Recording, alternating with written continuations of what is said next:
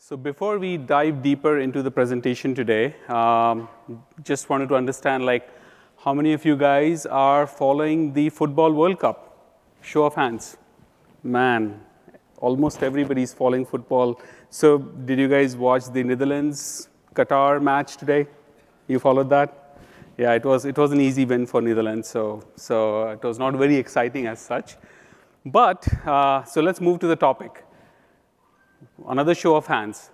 How many of you guys are interested in boosting the workload performance for storage optimized workload?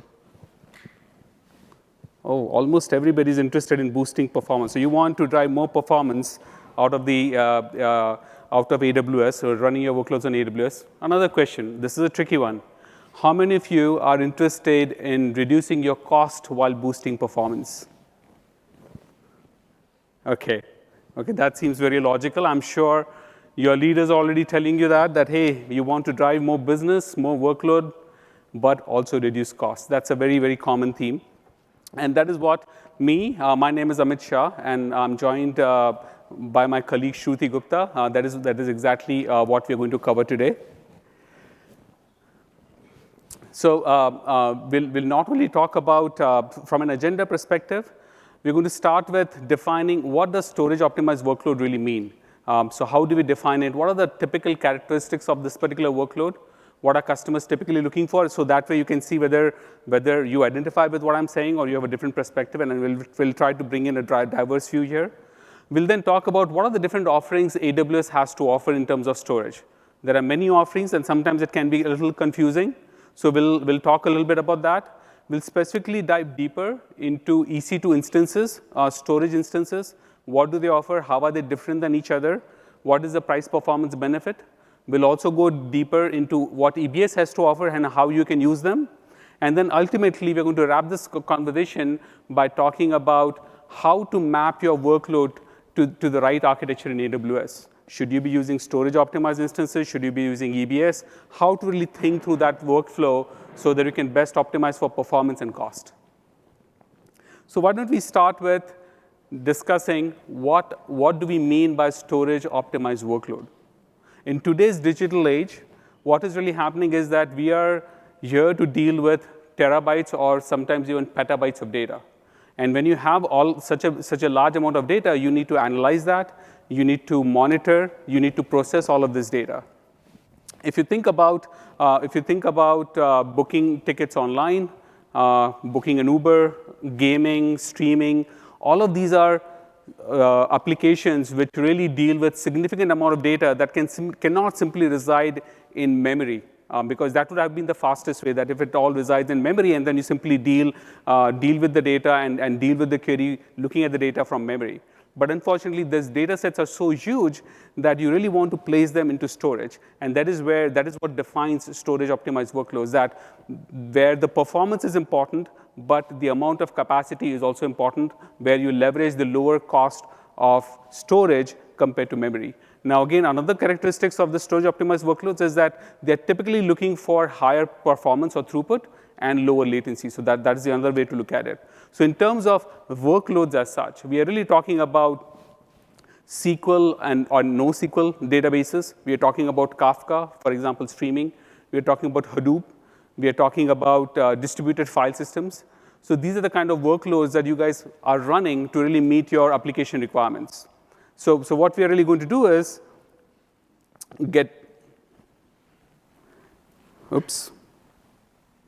Okay.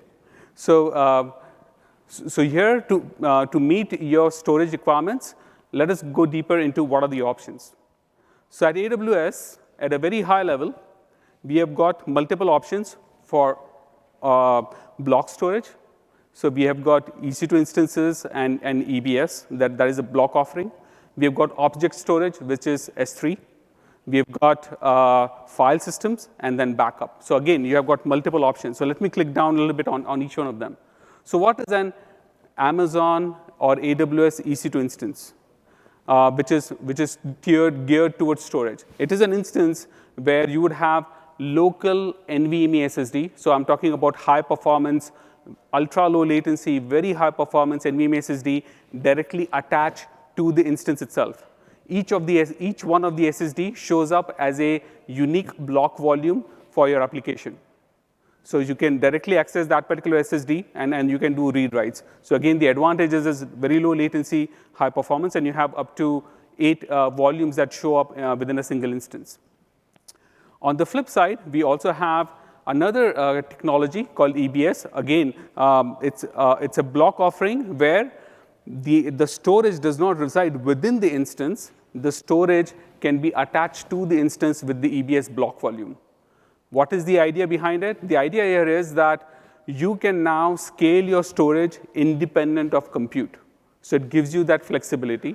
You can also attach multiple EBS volumes to that same instance. So if you want more capacity, you can attach more volumes. If you want more throughput, more IOPS, you can again attach more volumes to scale that. So it gives you that flexibility of saying that, hey, my compute resources and my storage are completely disaggregated, but then you can choose the right mix that meets your performance and TCO target. As far as object is considered, we have got S3, which is the cloud-based object solution from AWS. And it is really great for when you're dealing with very large data sets. So it is very low-cost solution, and it's really good at complex query processing.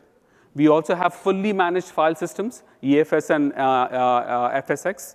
What this means is that multiple VMs can now connect to that particular EFS volume. So for example, multiple virtual machines can write into the same exact EFS file system. So you have that flexibility. And then last but not the least, we've got backup solution. We have got snapshots and AWS backup to back up your data in the most reliable fashion. So let me now click down on EC2 instances. What do I mean by EC2 instances, and then how you should think about it? So we offer more than 575 EC2 instances today with varying levels of compute, memory, storage, networking requirements. So basically, there are so many choices available that if you have a workload, then you're probably going to find the right EC2 instance within the offerings that we have. But if I have to generally categorize them, then I've put them into 3 separate categories. The first category is the C, the M, the R. So what does that mean? The C family, the compute optimized, memory optimized, and the general purpose instances, they offer you varying level of compute and memory resources. So depending upon your requirements, you can map and choose the right instance. But they don't have any local storage. So where do you put your local storage? The way you want to put your local storage when you're using CMR is to attach it via EBS volume. And again, as I said, you can have one or multiple EBS volumes attached to your CMR. So you can scale your compute independent of your storage. So that is how the CMR would work. Now, we also have additional instances which are EBS optimized, which are significantly higher throughput in terms of EBS bandwidth. And that simply means that you get a lot more EBS throughput and IOPS when you start using those instances. The second category that we have is the CMR disk instances. So what is the difference? The disk instances will have local attached NVMe SSD. The only difference is that they're going to be smaller in size and hence typically used for caching and temporary use case. So if they are smaller in size, where does your data reside? Your data in this case, again, most probably resides into EBS.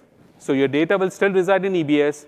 You will continue to use the local SSD for your temp space, scratch space, or sometimes as a cache for EBS. But what if you had an application that is real-time or really demands very low latency, very high IOPS? And in that case, we have another offering, which is the storage optimized instances. So how are these instances different than the disk instances? Number one, you have significantly higher amount of capacity. We are talking about up to 60 terabytes of NVMe SSD, all mapped into that particular instance. You have ultra low latency, very high IOPS that gets mapped in. So that way, so in this particular case, your data can reside literally in the storage instance itself. And hence, all of your data is accessible at very high speed. So if you have to define EC2 storage optimized instance, this is how I'll define it.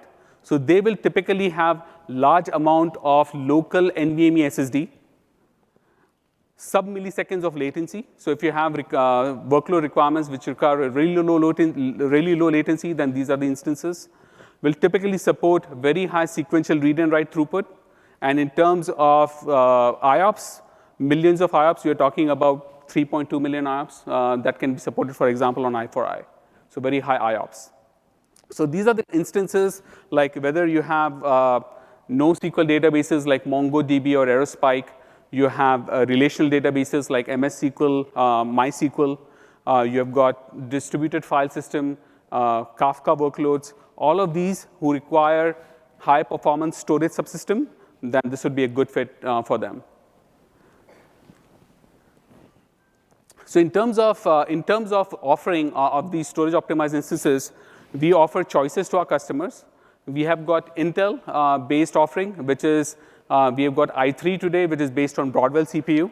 We have got i3-EN, which is Skylake and Cascade Lake, and then we launched i4i. Where is i4i? Oh, there it is. Sorry. And we have i4i, which is the latest generation Ice Lake CPU. Apart from that, I'm sure you guys have heard about Graviton, and many of you guys have already used Graviton and enjoyed the high compute performance that Graviton has to offer. So last reInvent, I launched IM4GN and IS4GN. These are the two storage optimized instances using Graviton. So you get the best compute performance, the highest compute performance, as well as you enjoy very low latency and very high storage throughput. The idea here is that we want to give our customer choices. So depending upon your performance requirements and your TCO requirements, you will have the right mix of which instance you want to choose. Now, the innovation on storage did not really end there, that, OK, we have got this offering. What we really did is, like, more than a decade of working with storage-optimized workloads in cloud, we have realized that there are a few things that are really important for our customers. One is very low latency variability, especially when it comes to real-time workloads. Having those bands, the 99.99 and 99.999 bands, to be as small as possible and less variability is really, really important to meet your SLA. So we understood that. We also understood that there's a direct correlation of latency and performance. Lower the latency, higher the performance that the customers can claim. And then our customers wanted more reliability and quality when working with storage-optimized instances. So this led us to innovate on behalf of our customers, where we introduced Nitro SSDs for the first time. So all our fourth-generation products, IM4GN, IS4GN, and I4I, are built exclusively with our homegrown custom AWS Nitro SSD. These SSDs can deliver up to 60% lower latency and up to 75% lower latency variability compared to the third-generation instances. So there's a significant performance advantage that you can drive with this latest generation SSDs on the fourth-generation instances. The other thing that happened was, because this was all homegrown, we were able to add, we innovated on hardware, software, firmware, and hence we were able to design in diagnostic telemetry capabilities such that any performance anomalies that we see, we would be able to address them at cloud speed. Like literally, we can do a firmware upgrade in cloud within a matter of a day or less than a day. So you can literally, any issues that we identify, we are able to address them at a very, very short order.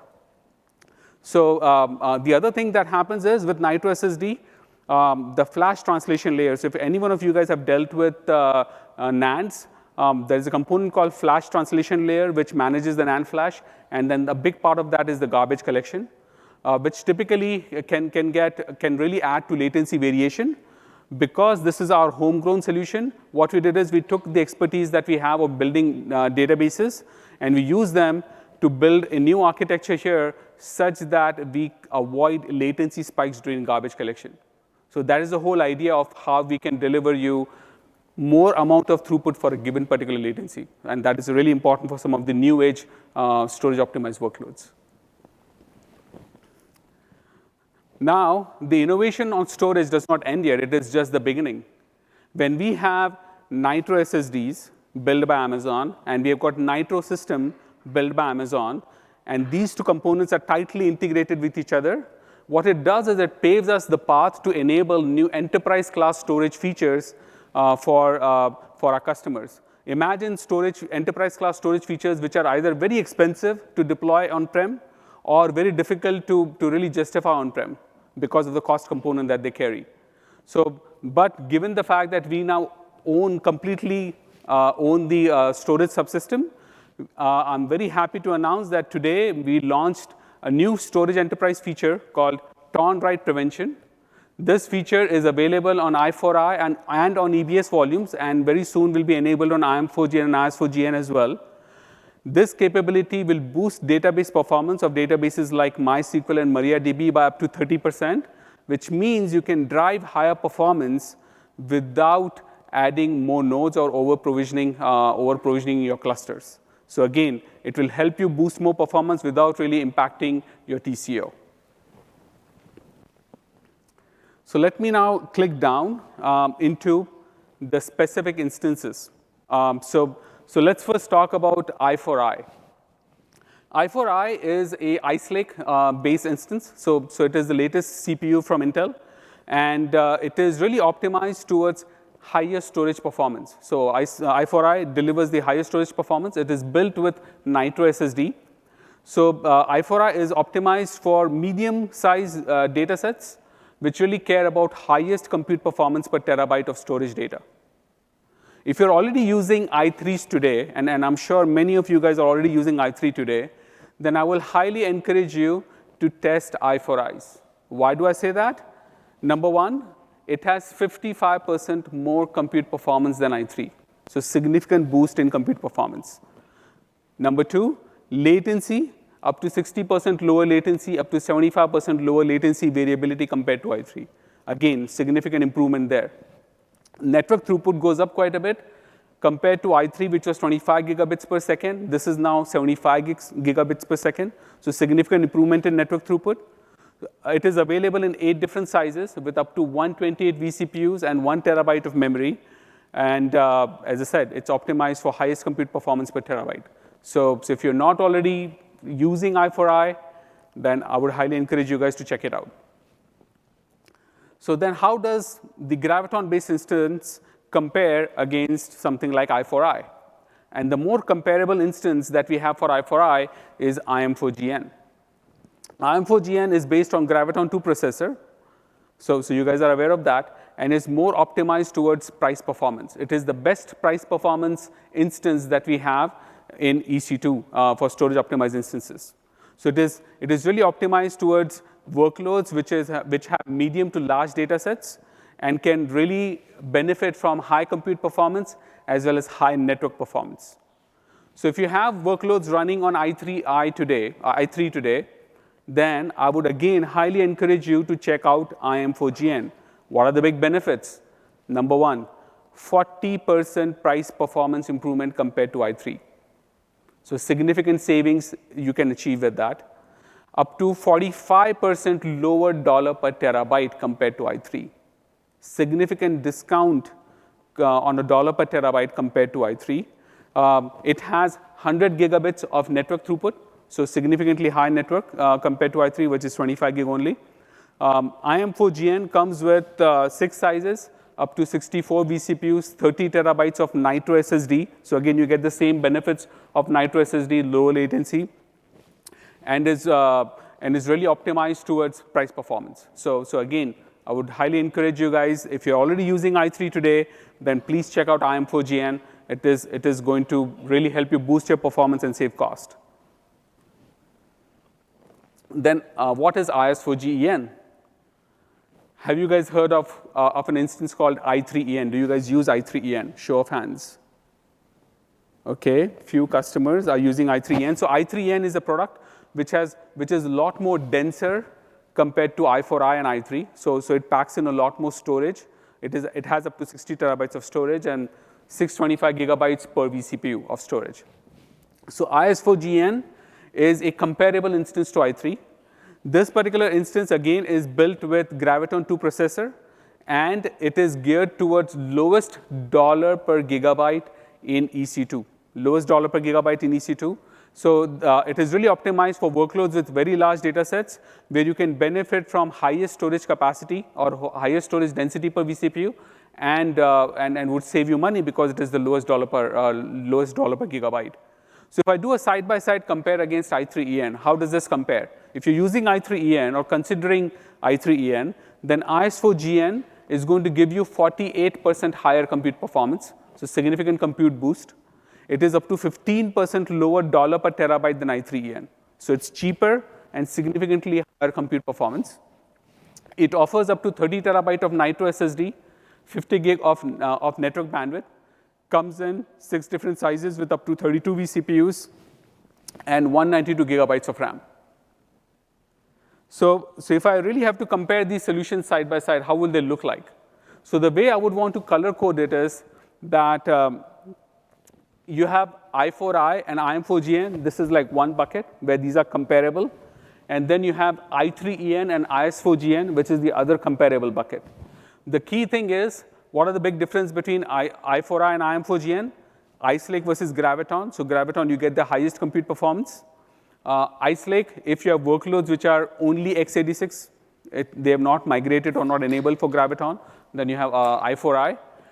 Another big difference that I want to point out is the memory to vCPU ratio. i4i has 1:8. For every vCPU, you get 8 gigabytes of memory. With IM4GN, with every vCPU, you get half the amount of memory, which is 4 gigabytes of memory.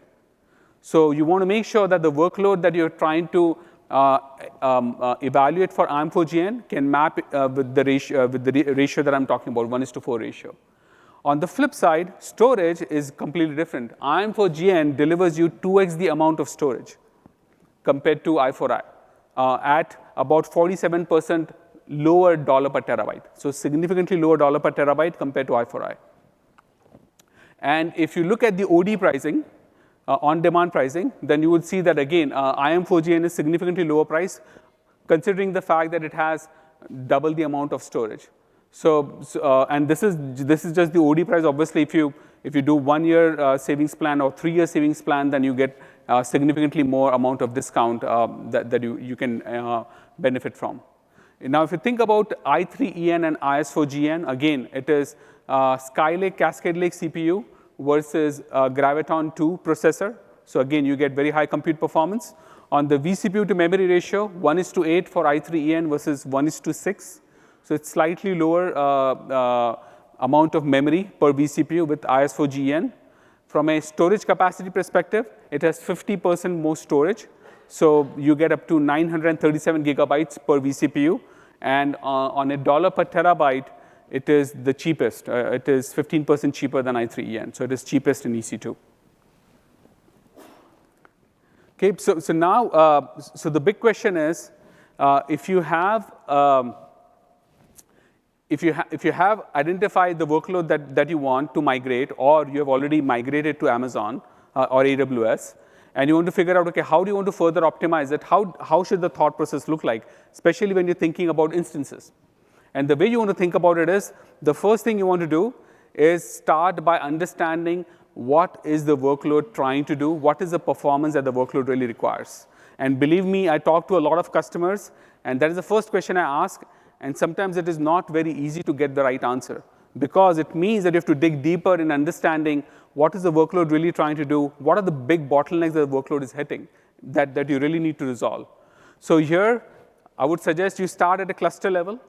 Once you understand what is the performance you need to deliver at the cluster level, try to map that into a single node of the cluster. Within that single node of the cluster, identify how much compute resource is really required, how much memory is required, how much storage performance and capacity is required, what network throughput is required, what are the big bottlenecks that you have. Only when you understand some of those ratios of your requirements, you can map those ratios to one of these existing instances. Otherwise, it is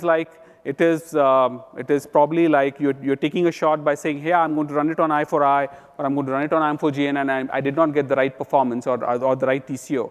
It's probably because it was not the right optimum solution. So keep that in mind. Identify the requirements first, and then you understand the ratios that we offer, so try to map them to those particular ratios. Now, let's say that you identify that, okay, there are these new 4th generation instances that you can benefit from. The question is, how do you migrate or map your existing cluster to this 4th generation instances? And typically, people would do that either for higher performance, or people will do that to reduce their cost. So let us talk through each one of those scenarios. So let's say if you want to migrate to this newer 4th generation instances for higher performance, then one strategy that you could use is a 1:1 map. A 1:1 map simply means that if you have an existing cluster which is using i3 and I'm taking an example, let's say i3 4XL. In that case, and that cluster was formed with 10 nodes of i3 4XLs. You can literally take 10 nodes of i3 4XL and map it to 10 nodes of i4i 4XL or IM4GN 4XL. So it's a 1:1 map. Same exact size, but with the 4th generation, either Intel instance or Graviton-based instance.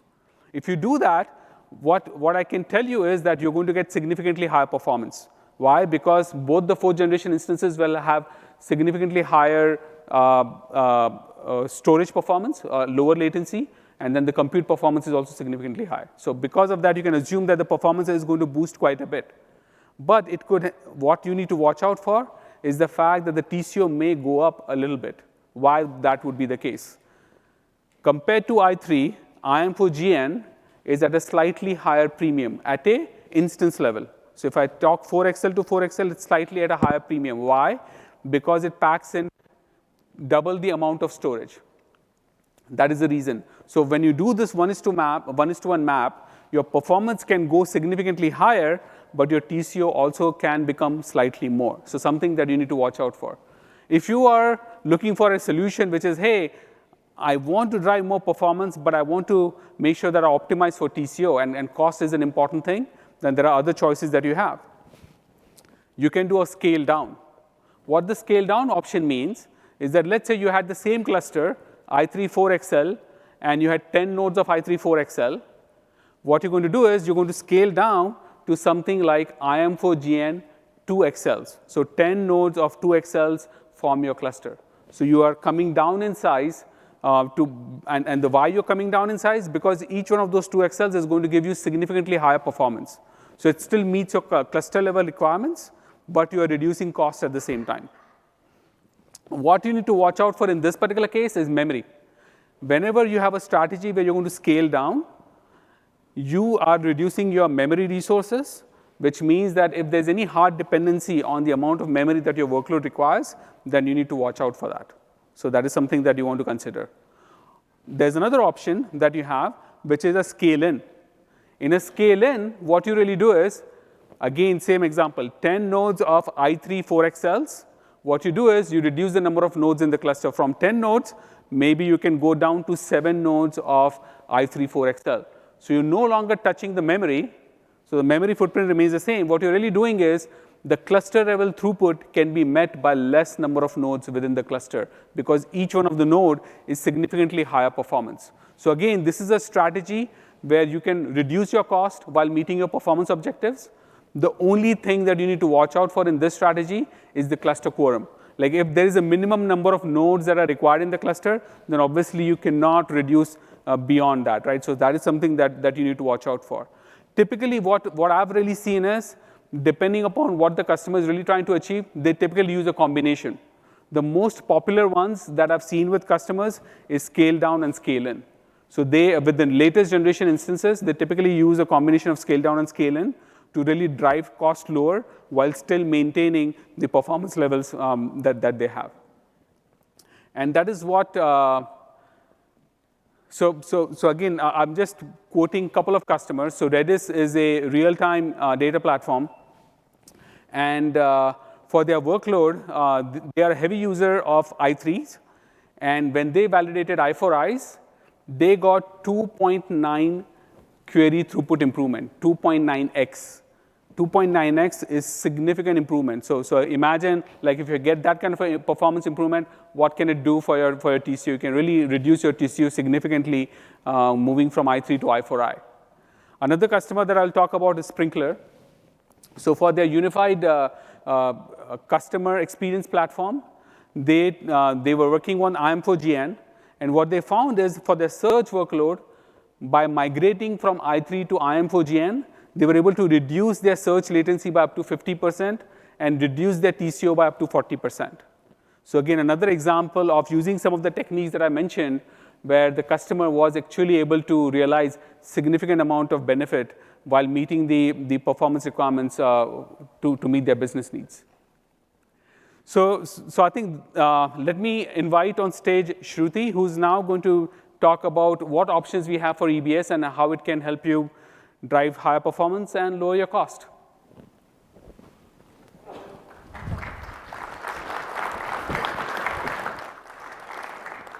Mic check. Good. Okay. Hello and welcome, everyone. Hope you're having a great reInvent. I'm Shruti Gupta, Senior Product Manager at EBS, and I'm going to do a deep dive on elastic block storage. Before I get started, raise of hands, how many of you know or have used EBS? Pretty much everyone. I like it. Okay.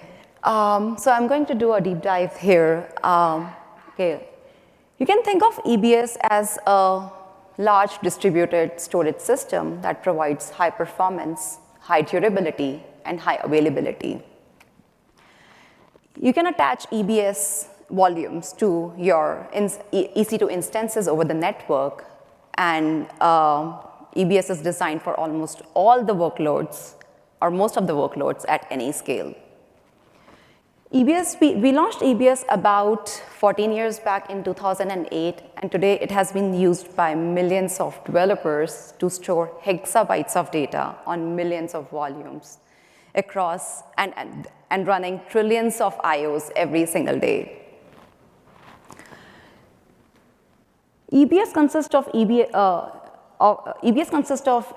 SSD and HDD-backed volumes, snapshots, which are point-in-time copies of your EBS volumes, and data services, which allows the movement and flow of data within and outside of EBS.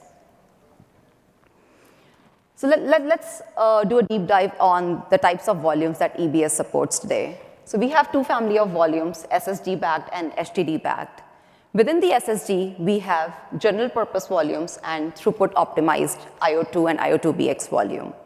On the HDD side, we have ST1 volumes, which are throughput optimized, and SC1 volumes, which are mainly meant for cold storage. GP3 volumes represent the latest generation of general purpose volumes. With GP3, you can scale performance independent of your storage capacity. Since this is our general purpose offering, so if you have any doubts about what's the right volume for your workload, we recommend you starting with GP3 and identify if that meets your needs, and then adjust the volumes accordingly.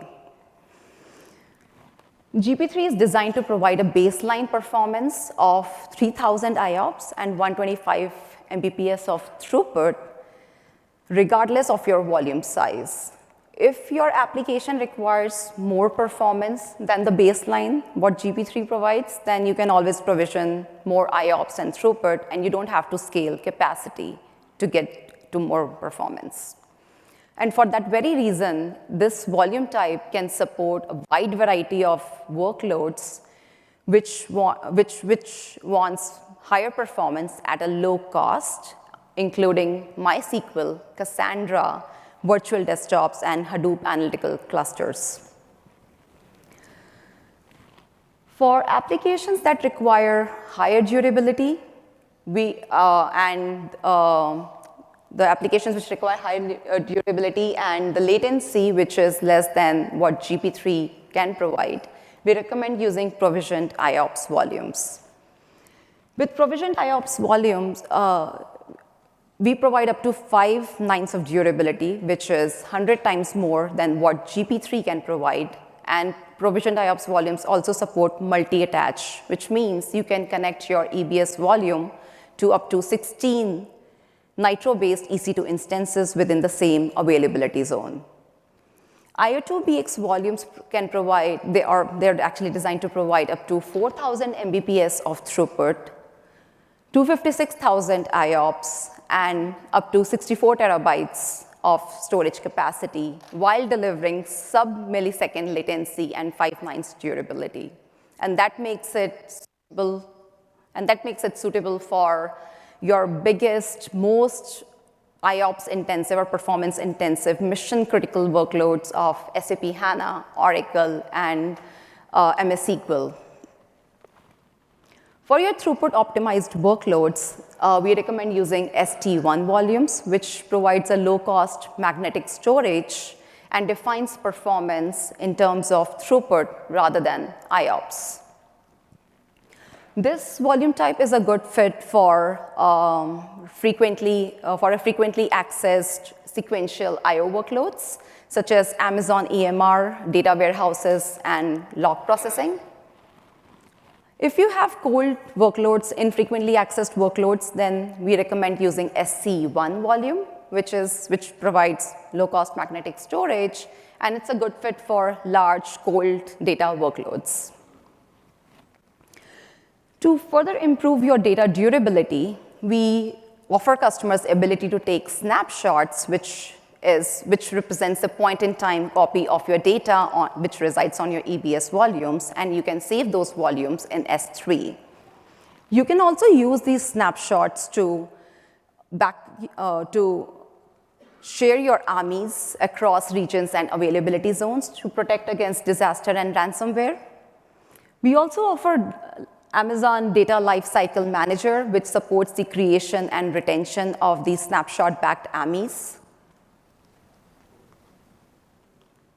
So we talked about multiple types of volumes that EBS provides, and you can always start with one volume type, and you can change to a different volume type using elastic volumes. Elastic volumes also enables you to increase the volume size and adjust the volume performance, and you don't have to detach the volume or restart the instance while you are doing the volume modification. This enables you to continue using your application while changes are taking effect. There is no charge to change any configuration of your volume using elastic volumes, and you are charged for the new configuration right when the volume modification starts. We also offer fast snapshot restore, which enables you to create a volume that is fully initialized, to create a volume from a snapshot which is fully initialized at the time of creation. This eliminates the latency on the I/O on a block that is accessed for the first time. Volumes that are created with fast snapshot restore, they deliver the full provisioned volume performance right when they are created. And customers can enable FSR anytime on a volume. And it's important to note that FSR must be enabled explicitly on a snapshot, on per snapshot basis. Okay, so just to recap, we talked about two block storage offerings from Amazon, Instant Store and Elastic Block Storage. You may be wondering, what's the right block storage solution for your workloads? So I'll try to make it simple for you. Just think of your workloads requirements in three categories: performance requirement, durability requirement, and data protection requirement. So let's start with performance. If your workload requires a consistency which is lower than the sub-millisecond latency provided by the IO2 block express volumes, or IOPS which is greater than 260,000, or throughput demand which is greater than 10 gigabytes per second, then we recommend using Instant Store. If your workload can be accommodated with the sub-millisecond latency or higher latency, then you can use either Instant Store or block storage solution. The next factor we talked about is your application's requirement for uptime and its tolerance for potential data loss. You can build a highly available application using either Instant Store or Elastic Block and EBS volumes. With Instant Store, you can improve your availability by using the built-in solutions provided by the applications and making multiple replicas. But if you want to rely on the durability of the underlying storage system, then we recommend using EBS volumes. EBS volumes are automatically replicated within an availability zone to prevent the loss of data from the single component failure, and that enables it to deliver 5 nines of durability. For data, so the third thing that we talked about is the data protection. If your workload requires backing up of data for disaster recovery or migration use cases, then we recommend using Snapshot feature of EBS. With the simple API call, you'll be able to take a crash-consistent copy of your data residing on the EBS volume and save it on S3 for future purposes. But if you want to use instant store, you can still you can back up your data using EBS volumes as an intermediate, or you can write a logic at the application level and store that data directly to S3. There are a few more factors to think about when you're choosing a block storage solution, like Amit talked about as well, independent lifecycle of compute and storage. The features that we talked about, elastic volumes, flash snapshot restore, and data lifecycle manager, and also sharing of your block storage with various EC2 instances. Okay, let's take a couple of specific examples of workloads. So Aerospike is a real-time, NoSQL data storage platform, which is commonly used in real-time bidding. It delivers a predictable performance at a petabyte scale with microsecond latency across billions of transactions. In this case, we recommend using Instant Store. You can improve the availability by the built-in solutions that's provided by this application, making multiple replicas, and write the logic at the application for backing up your data and storing it to S3. Let's take another example of SAP HANA. SAP HANA is an in-memory relational database which combines the OLTP and OLAP operations and allows to run the advanced analytics and high-speed transactions in a single system. It provides protection of data by allowing to save the data on a persistent storage. And because it requires persistent storage is why we would recommend using EBS volumes here. And using EBS volumes also allows you to grow your compute and storage independently, so you can decrease your TCO as your workload grow over time. You can also leverage the features like elastic volume, DLM, and FSR to better manage your workload. I hope this session has helped you learn about various EC2 instances and block storage offerings from Amazon that helps you to build better, faster, and build on Amazon. Thank you.